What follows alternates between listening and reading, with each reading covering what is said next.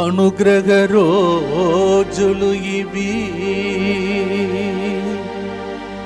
కృపా రోజులు ఇవి, ప్రభు ఇచ్చిన కృపా రోజులు ఇవి. పరిహారమై పాప పరిహారమై యేసు బలి అయిన కృపా రోజులు ఇవి. పాప పరిహారమై యేసు బలి అయిన రోజులు ఇవి. మనకు పరిహారి అయి యేసు పరిహారి అయి మారిన కృపా రోజులు ఇవి. కృప వెంబడి కృపను పొందెదాం, కృపా సింహాసనం చేరెదాం. కృప వెంబడి కృపను పొంది అవసరమునకు ఆదుకొనగలిగిన ప్రభు సింహాసనం చేరెదాం. ఇదే ఇదే కల్వారి పయనం, ఇదే ఇదే కల్వారి త్యాగ జీవన పయనం. రండి రక్షణ పొందండి, పరిహారమయ్యెను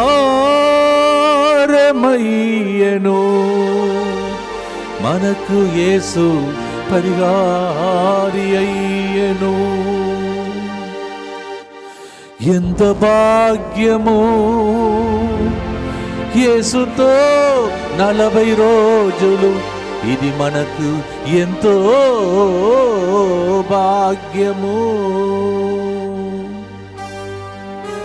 అవును ప్రియమైన సహోదరి సహోదరులారా, యేసుతో 40 రోజులు గడిపే ఇంకొక కృపాకాలమును మనకు దేవుడు ప్రసాదిస్తున్నాడు. మనం నశించిపోకూడదని, అందరూ రక్షింపబడాలని, భూలోకంలో ఆనందముతో జీవించాలని, ఒకరోజు పరలోకం చేరాలని మనకిచ్చిన కృపాకాలంలో దైవజనులు దైవజనురాలు అనేక మంది మీకు వాక్య పరిచరణ చేయబోతున్నారు. రండి, దేవుని వాక్యాన్ని విని మీ జీవితంలో ఎదురు చూస్తున్న కార్యములన్నీ ప్రభు జరిగించునుగాక. కృప వెంబడి కృపని ఇప్పుడే పాడాం. ఆ కృపతో దేవుడు ఈ కార్యక్రమం ద్వారా మనలందరినీ దీవించునుగాక. God bless you. పితా పుత్ర పవిత్రాత్మ నామమునా మన ప్రభు అయిన యేసుక్రీస్తు కృప, సర్వేశ్వరుని ప్రేమ, పవిత్రాత్మ సహవాసము మీ అందరితో ఉండునుగాక. మీ ఆత్మతోనూ ఉందురుగాక. క్రీస్తునందు ప్రియమైన సహోదరి సహోదరులారా, ఈ తపస్కాలంలో 40 రోజుల పాటు మనం ప్రభు యొక్క శ్రమల గురించి ధ్యానం చేస్తూ ఉన్నాం. ఈరోజు కూడా మనము హృదయ పరివర్తనం గురించి ధ్యానం చేయబోతున్నాం. మొట్టమొదటిగా సువార్తను మనము ఆలకించుదాం. ప్రభువు మీతో నుందురుగాక, మీ ఆత్మతోనూ ఉందురుగాక. పునీత లూకా గారు రాసిన సువిశేషంలోని భాగము. ప్రభువా మీకు మహిమ కలుగునుగాక. లూకా సువార్త 13వ అధ్యాయము వచనములు 3 నుంచి 5 వరకు. హృదయ పరివర్తనము చెందనిచో మీరు అందరూ అట్లే నాశనమగుదురని మీతో చెప్పుచున్నాను. సిలోయాము అను బురుజు కూలి దాని క్రింద పడి మరణించిన 18 మంది తక్కిన యెరూషలేము వాసుల కంటే ఎక్కువ అపరాధులని ఎంచుచున్నారా? కాదు. హృదయ పరివర్తనము చెందనిచో మీరందరూ అట్లే నాశనమగుదురని మీతో చెప్పుచున్నాను అని పలికెను. ఇది క్రీస్తు సువిశేషము. క్రీస్తువా మీకు స్తుతి కలుగునుగాక. Praise the lord. Praise the lord. Hallelujah. Hallelujah. తండ్రి వందనం, తండ్రి వందనం, యేసువా వందనం, యేసువా వందనం, ఆత్మదేవా వందనం. ఆత్మదేవా వందనం. హల్లెలూయా. హల్లెలూయా. క్రీస్తునందు ప్రియమైన సహోదరి సహోదరులారా, హృదయ పరివర్తనం అనేది అందరికీ అవసరమే. గురువులు కావచ్చు, కన్యాస్త్రీలు కావచ్చు, బోధకులు కావచ్చు, సాధారణ మనిషి కావచ్చు, అందరికి కూడా హృదయ పరివర్తనం అనేది అవసరం. హృదయ పరివర్తనము చెందనట్లయితే ప్రభు ఏమంటున్నారు? నాశనం అయిపోతారు. కానీ ప్రభువుకు నాశనం అవడము ఇష్టం లేదు. ఎవరు కూడా నాశనం అవడం ఆయనకి ఇష్టం లేదు. అందరూ కూడా రక్షణ పొందుకోవాలని ప్రభువు కోరుకుంటూ ఉన్నారు. ఎజెకీయెలు గ్రంథం 18వ అధ్యాయము 23వ వచనంలో చూసినట్లయితే ప్రభు ఈ విధంగా తెలియజేస్తూ ఉన్నారు. దుర్మార్గుడు చనిపోవుట వలన నాకు సంతోషం కలుగునా అతడు తన పాపం నుండి వైదొలుగుట వలన కాదా అని యావే ప్రభు నుడువుచున్నాడు. ఒక దుర్మార్గుడు కూడా చనిపోవడము ప్రభుకి ఇష్టం లేదు. ఆ దుర్మార్గుడు కూడా పాప జీవితం వదిలిపెట్టి పరిశుద్ధంగా జీవించాలి, ప్రభు దగ్గరికి రావాలని ప్రభు యొక్క అభిలాష, రక్షణ పొందుకోవాలని ప్రభు యొక్క అభిలాష. ఎవరు కూడా నశించిపోవడం ఆయనకి ఇష్టం లేదు. అందరూ కూడా రక్షణ పొందుకోవాలని ప్రభు యొక్క అభిలాష. యోహాను సువార్త 3వ అధ్యాయము 16వ వచనంలో వాక్యం ఈ విధంగా సెలవిస్తుంది. దేవుడు లోకమును ఎంతో ప్రేమించి తన ఏకైక కుమారుని ప్రసాదించెను. ఆయనను విశ్వసించు ప్రతి వాడును నాశనము చెందక నిత్య జీవం పొందుటకై అట్లు చేసెను. నాశనము చెందడం ఆయనకి ఇష్టం లేదు. నిత్య జీవం పొందుకోవాలని ప్రభు యొక్క అభిలాష. ఎవరు కూడా ఆయన నుంచి దూరంగా వెళ్ళి నశించిపోవడం ఆయనకి ఇష్టం లేదు. పాపంలో జీవించడం ఆయనకి ఇష్టం లేదు. అందరూ కూడా రక్షణ పొందుకోవాలని ప్రభు కోరుకుంటూ ఉన్నారు. 1 తిమోతి 2వ అధ్యాయము 4వ వచనంలో చూసినట్లయితే పౌలు గారు ఈ విధంగా తెలియజేస్తూ ఉన్నారు. మానవులందరూ రక్షింపబడవలెననియు సత్యమును తెలుసుకొనవలెననియు దేవుని యొక్క అభిలాష. మానవులందరూ కూడా రక్షించబడాలి, సత్యాన్ని తెలుసుకోవాలి. సత్యం అంటే ఎవరు? క్రీస్తు ప్రభు. యోహాను సువార్త 14:6లో చూస్తే నేనే సత్యమును జీవమును మార్గమును. సత్యాన్ని తెలుసుకోవాలి, క్రీస్తు ప్రభుని తెలుసుకోవాలి, రక్షణ పొందుకోవాలని ప్రభు యొక్క అభిలాష. మత్తయి సువార్త 18వ అధ్యాయం 14వ వచనంలో వాక్యము ఈ విధంగా సెలవిస్తుంది. ఈ రీతిగా ఈ పసి బాలులలో ఒక్కడైనను నాశనమగుట పరలోకమందుండు మీ పిత చిత్తము కాదని కాదు. ఏ ఒక్కరు కూడా ప్రభు నుంచి దూరంగా వెళ్ళి నాశనం అవటం ప్రభుకి ఇష్టం లేదు. అందరూ కూడా రక్షణను పొందుకోవాలని ప్రభు కోరుతూ ఉన్నాడు. తప్పైన కుమారుని యొక్క జీవితాన్ని మనం చూసినట్లయితే లూకాసు సువార్త 15వ అధ్యాయంలో మనం చూస్తూ ఉన్నాం. ఆయన తనకు వచ్చేటువంటి ఆస్తిని తీసుకొని తండ్రి నుంచి దూరంగా వెళ్ళిపోయాడు. ఆయన అనుకున్నాడు ఈ ఆస్తి ఆయనను బ్రతికిస్తుంది, ఈ ఆస్తి ద్వారా ఆయన చిరకాలం జీవించవచ్చని అనుకున్నాడు. కానీ ఆయన జీవించలేకపోయాడు. తండ్రి నుంచి దూరంగా వెళ్ళి ఆయన జీవించలేకపోయాడు. ఎప్పుడైతే ఆయన కనువిప్పు కలిగిందో 15వ అధ్యాయము 17-18 వచనాలు చదవండి. అప్పుడు అతనికి కనువిప్పు కలిగి తనలో తాను ఈ విధంగా అనుకుంటూ ఉన్నాడు. నా తండ్రి వద్ద ఎందరో పనివారికి పుష్టిగా భోజనం లభిస్తుంది. కానీ నేను ఇక్కడ ఆకలికి మలమలలాడుచు ఉన్నాను. నేను నా తండ్రి వద్దకు వెళ్ళి నేను లేచి నా తండ్రి యొద్దకు వెళ్ళి తండ్రి నేను దేవునికి నీకును ద్రోహము చేస్తుని ఇప్పుడు నేను నీ కుమారుడు అనిపించుకోదగను అని పనివారిలో ఒక్కనిగా నన్ను పరిగణింపమని ఆయన కనువిప్పు కలిగినప్పుడు ఈ మాటలు మాట్లాడుతూ ఉన్నాడు. ఎప్పుడైతే ఆయనలో పరివర్తనము కలిగిందో, కనువిప్పు కలిగిందో, ఆయన అనుకున్నాడు, నేను ఉండాల్సిన స్థలం ఇది కాదు. నా తండ్రి ఆస్థానంలో ఎంతోమంది పనులు ఉన్నారు, వారికి పుష్టిగా భోజనం లభిస్తుంది. నాకు ఇక్కడ భోజనం లేదు, పందులు తినే పొట్టుతో కూడా నేను కడుపు నింపుకోలేకపోతున్నాను. కాబట్టి నేను లేచి నా తండ్రి వద్దకు వెళుతాను. తపస్కాలంలో మనకు ఉండాల్సినటువంటి ముఖ్యమైనది ఏమిటంటే, నేను లేచి నా తండ్రి దగ్గరికి వెళుతాను.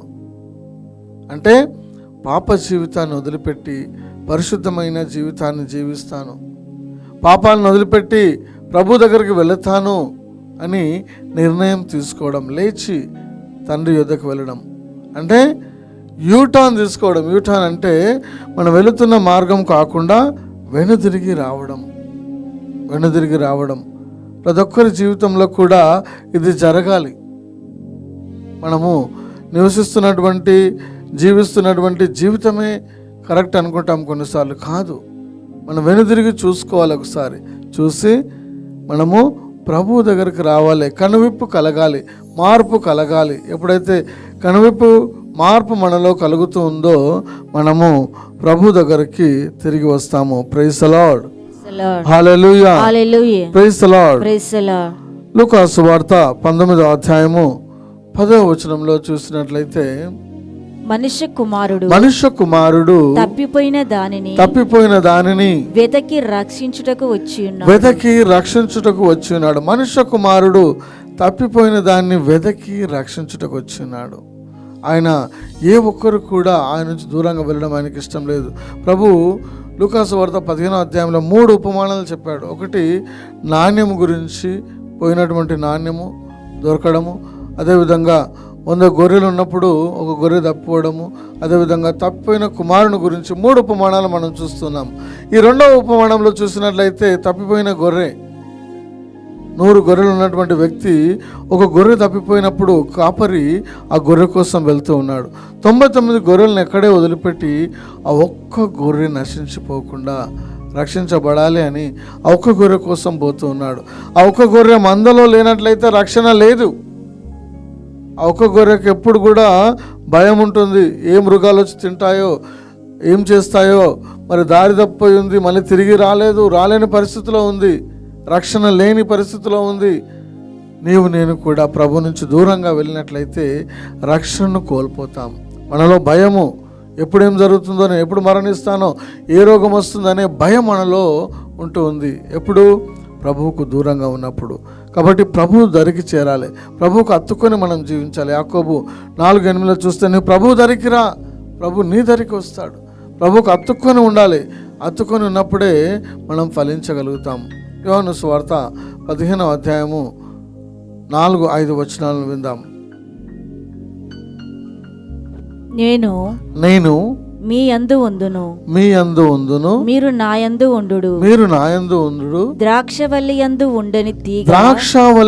ఉండని తీగ దానంతట అది ఫలింపజాలదు. అట్లే మీరును నా యందు ఉండనిచో ఫలింపజాలరు. ప్రైజ్ ది లార్డ్, హల్లెలూయా. ప్రభువులో మనం లేనట్లయితే మనం ఫలించలేము.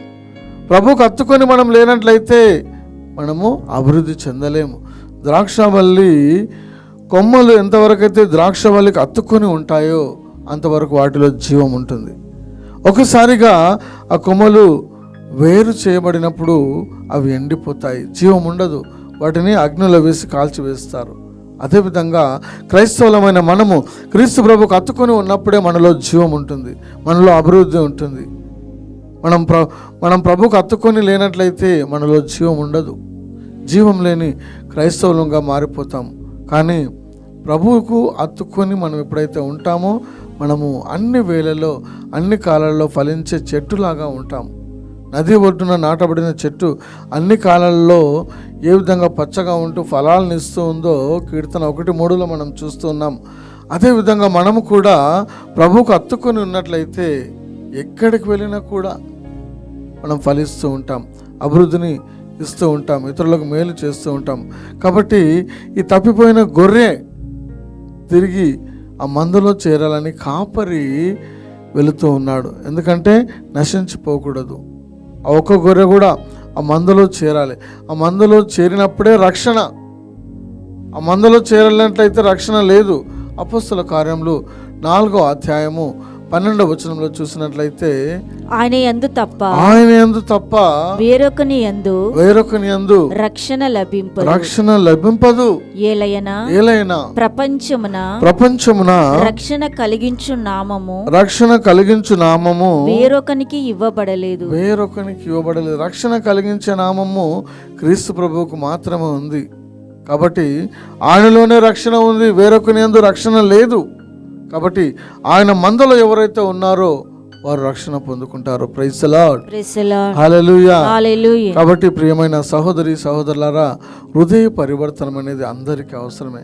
బాప్తిస్మ యోహాను చూసినట్లయితే ఆయన కూడా క్రీస్తు ప్రభు రాక కంటే ముందు ఆయన వచ్చి బోధిస్తున్నాడు. మత్తయి సువార్త 3వ అధ్యాయము 2వ వచనంలో చూసినట్లయితే ఆయన ఈ విధంగా బోధిస్తూ ఉన్నాడు. పరలోక రాజ్యము సమీపించినది, మీరు హృదయ పరివర్తనము చెందుడు అని పలికెను.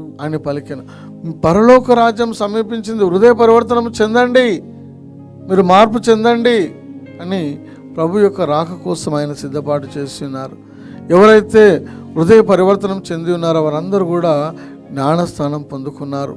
క్రీస్తు ప్రభు కూడా తన సువార్తను అదేవిధంగా ప్రారంభించున్నారు. మార్కు సువార్త 1వ అధ్యాయం 15వ వచనంలో చూసినట్లయితే ఆయన సువార్తను కూడా అదేవిధంగా ప్రారంభించున్నారు. కాలము సంపూర్ణమైనది, దేవుని రాజ్యము సమీపించినది, హృదయ పరివర్తన చెంది, కాబట్టి హృదయ పరివర్తనము చెంది సువార్తను మీరు విశ్వసించండి, హృదయ పరివర్తనము చెందండి అని బాప్తిస్మ యోహాను బోధిస్తూ ఉన్నారు. అపోస్తల కార్యములు 2వ అధ్యాయము 38వ వచనంలో మీరు హృదయ పరివర్తనము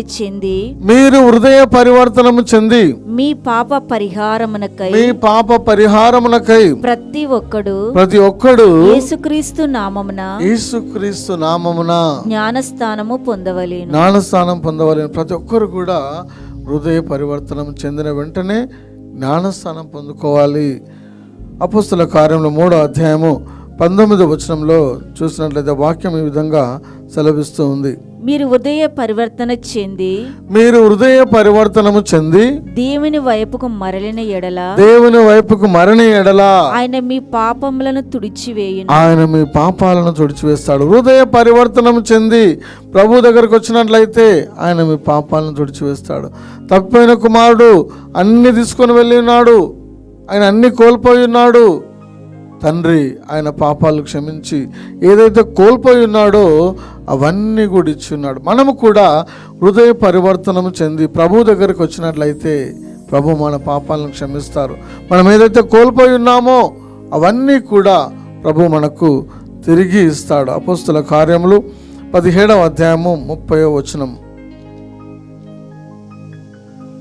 మానవులు అజ్ఞానులుగా ఉన్న కాలములలో దేవుడిని వారి గురించి పట్టించుకొనలేదు.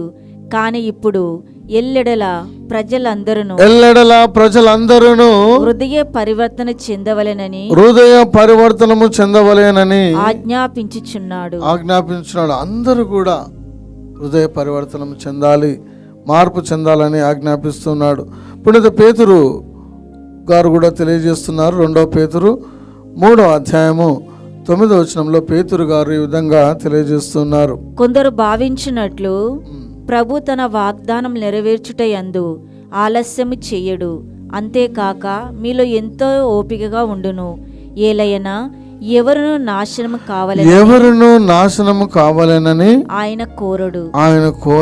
ఎవరు కూడా నాశనం కావాలని ఆయన కోరడు. అందరూ కూడా రక్షణ పొందుకోవాలని ఆయన కోరుతూ ఉన్నాడు. కాబట్టి ప్రియమైన సహోదరి సహోదరులారా, హృదయ పరివర్తనం చెందాలి. ఒక పాపాత్ముడు కూడా నశించిపోవడం ఆయనకి ఇష్టం లేదు. అందరూ కూడా రక్షణ పొందుకోవాలి. లూకాసు వార్త 15వ అధ్యాయంలో చూసినట్లయితే 7వ వచనంలో ప్రభు ఈ విధంగా తెలియజేస్తున్నారు. అట్లే హృదయ పరివర్తనం అవసరం లేని 99 మంది నీతిమంతుల కంటే హృదయ పరివర్తనము పొందు ఒక్క పాపాత్ముని విషయమై పరలోకమున ఎక్కువ ఆనందము ఉండునని నేను మీతో చెప్పుచున్నాను. హృదయ పరివర్తనం చెందు ఒక పాపాత్ముని విషయమై ఎంతో ఆనందం కలుగుతుంది. ఒక పాపాత్ముడు ప్రభువును తెలుసుకొని పాప జీవితాన్ని వదిలిపెట్టి ప్రభు దగ్గరకు వచ్చినట్లయితే ఎంతో ఆనందం. 10వ వచనంలో చూస్తే కూడా వాక్యం ఈ విధంగా సెలవిస్తుంది. అట్లే హృదయ పరివర్తనము చెందు ఒక్క పాపాత్ముని విషయమై దేవదూతలు సంతోషించురు. దేవదూతలు కూడా సంతోషిస్తారు. భూలోకంలో సంతోషమే కాదు, పరలోకంలో కూడా గొప్ప ఆనందం కలుగుతుంది.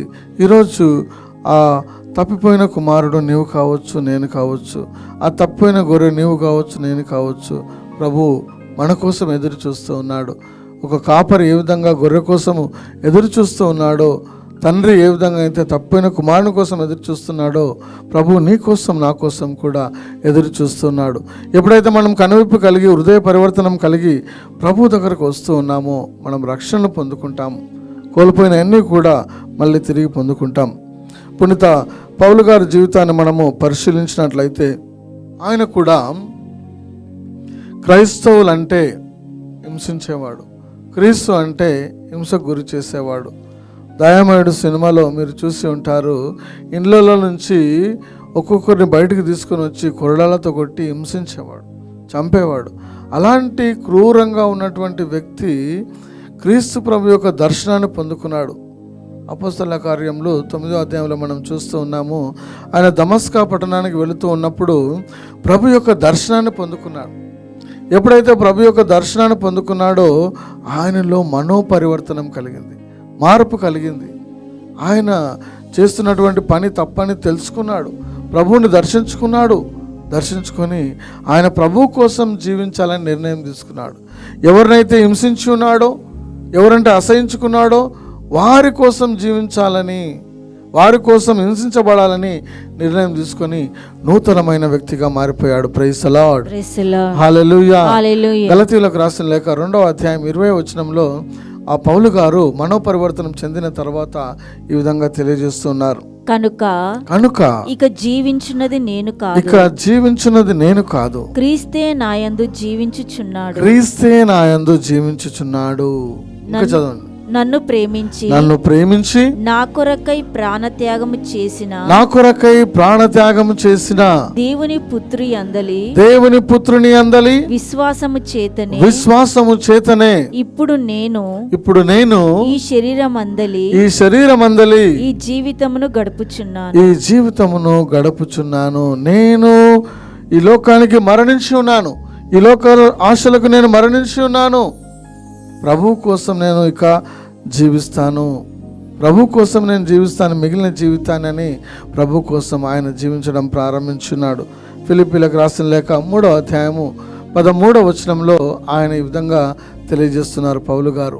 సోదరులారా, నిజమునకు నేను ఇప్పటికే దాన్ని చేసి తినని అనుకునుటలేదు, కానీ నేను ఒకటి మాత్రము చేయుచున్నాను. అది ఏమనగా గతమును మరచి ముందున్న దానిని చేరుటకు తీవ్రముగా కృషి చేయుచున్నాను. గతమును మరచి అంటే పాత జీవితాన్ని వదిలిపెట్టి ముందున్న దానికై నేను తీవ్రంగా కృషి చేస్తున్నాను. ముందున్నది ఏమిటంటే జీవ కిరీటం. ఆ జీవ కిరీటం కోసం నేను తీవ్రంగా కృషి చేస్తున్నాను. ఎప్పుడైతే ఆయన నిర్ణయం తీసుకున్నాడో పాత జీవితానికి స్వస్తి చెప్పాడు. 2వ కొరింథీయులకు రాసిన లేఖ 5వ అధ్యాయము 17వ వచనంలో చూసినట్లయితే ఎవడైనను క్రీస్తునందు ఉన్న ఎడల అతడు నూతన సృష్టి. పాత జీవితము గతించినది, క్రొత్త జీవితము ప్రారంభమైనది. పాత జీవితం గతించిపోతుంది. క్రీస్తునందు నీవు ఈరోజు నిర్ణయం తీసుకొని క్రీస్తును వెంబడించడానికి నిర్ణయం తీసుకున్నట్లయితే, క్రీస్తులో జీవించడానికి ఈరోజు నువ్వు నిర్ణయం తీసుకున్నట్లయితే నువ్వు ఒక నూతన సృష్టిగా మారిపోతావు. పాతదంతా కూడా గతించిపోతుంది, పాప జీవితం అంతా కూడా గతించిపోతుంది. నువ్వు నూతనమైన వ్యక్తిగా మారిపోతావు. ఈరోజు ప్రభువుకు నీ జీవితాన్ని సమర్పించుకో. ప్రభు యోనా ప్రవక్తతో కూడా మాట్లాడి ఉన్నాడు. నీవు నినివే పట్టణంకి వెళ్ళి వారికి బోధించు, 40 రోజులలో ఈ పట్టణం అంతా కూడా నాశనమైపోతుంది అన్నప్పుడు అక్కడ ఉన్న వారందరూ కూడా పశ్చాత్తాపం చెంది ఉన్నారు, హృదయ పరివర్తనం చెంది ఉన్నారు, ఉపవాసం ఉన్నారు. అప్పుడు ప్రభు వారిని క్షమించి మరి రక్షణను కల్పించినట్టు మనం చూస్తూ ఉన్నాం. కాబట్టి ప్రియమైన సహోదరి సహోదరులారా, హృదయ పరివర్తనం అనేది అందరికీ అవసరమే. ఒక క్షణం అందరం కళ్ళు మూసుకొని ధ్యానం చేసుకుందాం. మనం ఈరోజు ఎక్కడ ఉన్నాము? తప్పిపోయిన కుమారుని వలె ఉన్నాము, తప్పిపోయిన గొర్రె వలె ఉండవచ్చు. ఈరోజు ప్రభు మనల్ని ఆహ్వానిస్తూ ఉన్నారు. ఈరోజు ప్రభు చెంతకు నీవు వచ్చినట్లయితే, ఏ ఆశీర్వాదాన్ని అయితే నీవు కోల్పోయి ఉన్నావో, ఏ దీవెన అయితే నీవు కోల్పోయి ఉన్నావో, ఆ దీవెన నీ కోసము ఎదురు చూస్తూ ఉంది. నువ్వు ఎప్పుడైతే ప్రభు దగ్గరకు వస్తావో ఆ దీవెన నువ్వు పొందుకుంటావు. పరివర్తనం చెందండి. తపస్కాలంలో మరి ముఖ్యంగా మీ హృదయాన్ని ప్రభువుకు సమర్పించండి, మీ జీవితాన్ని ప్రభువుకు సమర్పించండి. అప్పుడే మీ జీవితంలో మీరు గొప్ప కార్యాలను చూస్తూ ఉంటారు. దయగల తండ్రి, ఎవరైతే ఈ యొక్క వాక్యాన్ని విన్నారో ఆ బిడ్డలందరినీ ఆశీర్వదించండి ప్రభువా. వారి హృదయంలో పరివర్తనను కలిగించండి. వారు ప్రభువా పాత జీవితాన్ని వదిలిపెట్టి నీకు అతుక్కొని జీవించే కృపను అనుగ్రహించండి. నూతనమైన మనసును, నూతనమైన హృదయాన్ని వారికి అనుగ్రహించండి ప్రభువా. పరిశుద్ధాత్మను వారిపై కుమ్మరించి ప్రభువా, పరిశుద్ధ జలంతో వారిని కడగమని ప్రార్థిస్తూ ఉన్నాను ప్రభువా. ఈ యొక్క తపస్సు కాలంలో వారు మారు మనసు పొంది నూతనమైన వ్యక్తులుగా మారి నీ కోసం జీవించే బిడ్డలుగా ఆశీర్వదించండి. నీ సాక్షులుగా జీవించే కృపను వారికి అనుగ్రహించమని తల్లి మరియా, ఈ బిడ్డలందరి కోసం నీ యొక్క కుమారుని విన్నవించుకోమని ఈ మనవులన్నింటినీ యేసు నామములో ప్రార్థిస్తున్నాము తండ్రి, ఆమేన్. ప్రభువు మీతో నుందురుగాక, మీ ఆత్మతోనూ ఉందురుగాక. సర్వశక్తి గల సర్వేశ్వరుడు పిత, పుత్ర, పవిత్రాత్మ మనల్ని అందరిని ఆశీర్వదించి కాచి కాపాడుదురుగాక. ఆమేన్. God bless you.